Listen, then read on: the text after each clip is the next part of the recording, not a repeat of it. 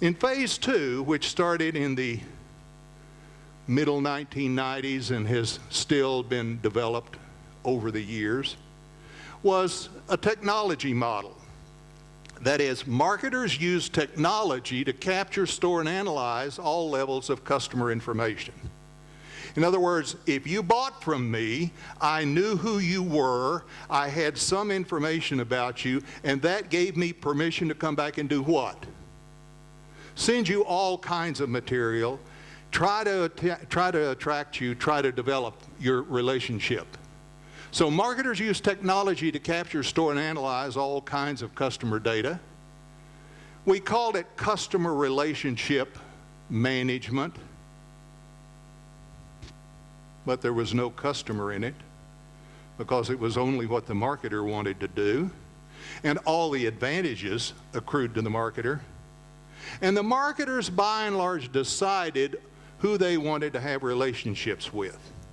I'll take you, and you, and you, but I won't take you, and I won't take you, and I won't take you, because I have information that tells me you're not going to be terribly profitable to me, so go away. And that's been what we've been doing. That model looks like this. Still using traditional media, still using distribution channels. Most of this came out of direct marketing. Interestingly enough, the internal contacts started to grow, that is, fulfillment, technical support, cross-sell, upsell. We're still doing the same thing over here, only we added things like databases. And so we created these intersections here, customers and prospects still measuring attitudes, beliefs, intentions, satisfaction, recommendations, but we're also measuring consumer behavior. And the goal of all this was very simple. That is, we want relationship outcomes. I picked you out and I want a relationship with you. Do you want to have a relationship with me? No? Well, then I'll just keep mailing stuff to you until you decide you do. That's the marketing approach we've been using for the last 20 years. So all the things here is that the relationship outcomes are purchases, response, and so on, brand value and customer equity, all of which we as marketers developed. In phase three, which I argue started probably 4 or 5 years ago, we have customer-driven and negotiated relationships. The market is driven by customers, not by marketers. We're finally beginning to realize that the only people who have money are customers. Customers decide the relationship partners they want. And that's not always the people we want you to associate with. Because you create your own consortia, social media, search engines, and all that sort of thing, and you create your own networks. And that's all driven by 2 new factors. Number one, negotiation by the customer, because the customer is saying today, I want reciprocity. If you get value from me, I want to get value from you. It's not a one-way street. It's not me coming out and doing marketing to you. It's how do we do marketing together. And that's the big change. Because historically, marketers have never cared about customers. You were a number. You weren't even a number. You were in a group. You were in a segment. Now all of a sudden you're turning into people. And we don't know what the hell to do with people. Because we've never marketed to people. We've marketed to women 18 to 49. They're all the same, right? How many of you are somewhere between 18 and 49? How many of you are exactly alike in this room?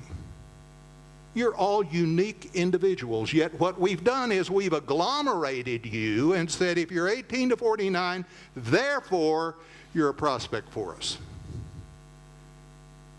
And then when you didn't act like an 18 to a 49-year-old, we said there's something wrong with you because my marketing is correct.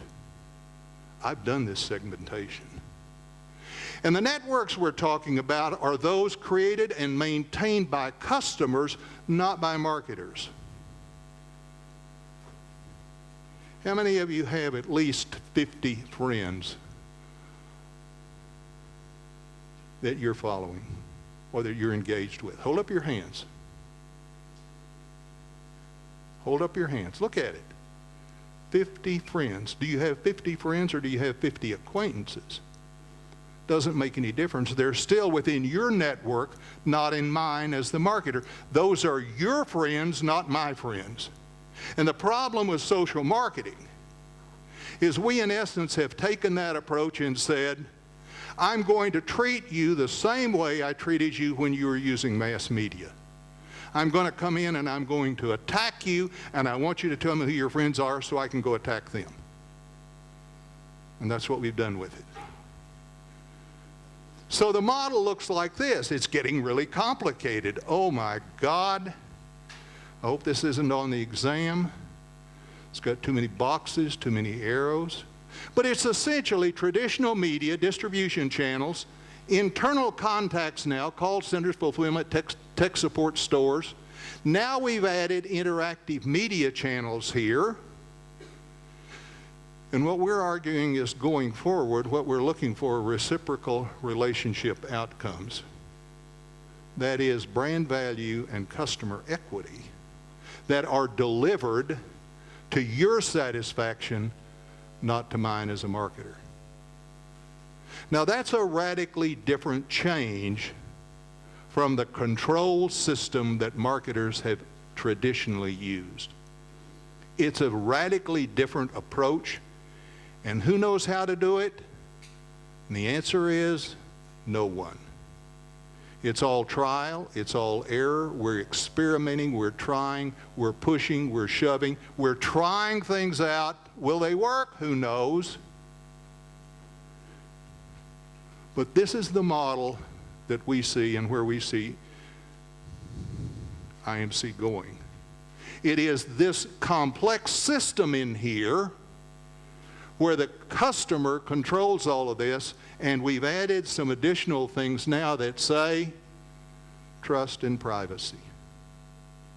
Because you have so many choices, you can reject me as a marketer at any time. You don't have to listen to me. You don't have to pay attention to me. You don't have to buy from me, because you've got such a wealth of opportunity and so many choices that you don't have to play the game. It's always been played. Negotiated relationships raise many interesting questions. Does negotiation mean the end of persuasion? Because traditional advertising is defined as persuasion, persuading you to buy something that you may not want, manipulating you in some way to make a purchase that you may be unhappy with. And that raises the question, what happens to traditional outbound media if negotiation becomes dominant? Does the whole world turn into one gigantic auction where products and services are auctioned off based on your current need or time at that particular point? We've also seen the power and impact of social media in the consumer's hands. We follow the Middle East. We follow Japan. The question you have to ask is, will that same power rise in the commercial marketplace? Is this social media something that is going to change all of the systems, or is it going to be something that only a relatively small number of people are going to be very, very interested and enthusiastic about, and the rest of the world ignores it? I was at a meeting last week, and a man stood up and said, write down 2/3 and 1/3. 2/3 and 1/3. In 2020, 2/3 of the money spent on advertising, marketing, and communication will still be in traditional media. And in 2020, only 1/3 of the money will be in new media. The risk I think we have is throwing out traditional media, which many people are still committed to, in pursuit of the joy, the excitement, the thrill of new media forms. Who are the marketing and communication watchdogs or monitors in this negotiated marketplace? Who decides and who is the authority?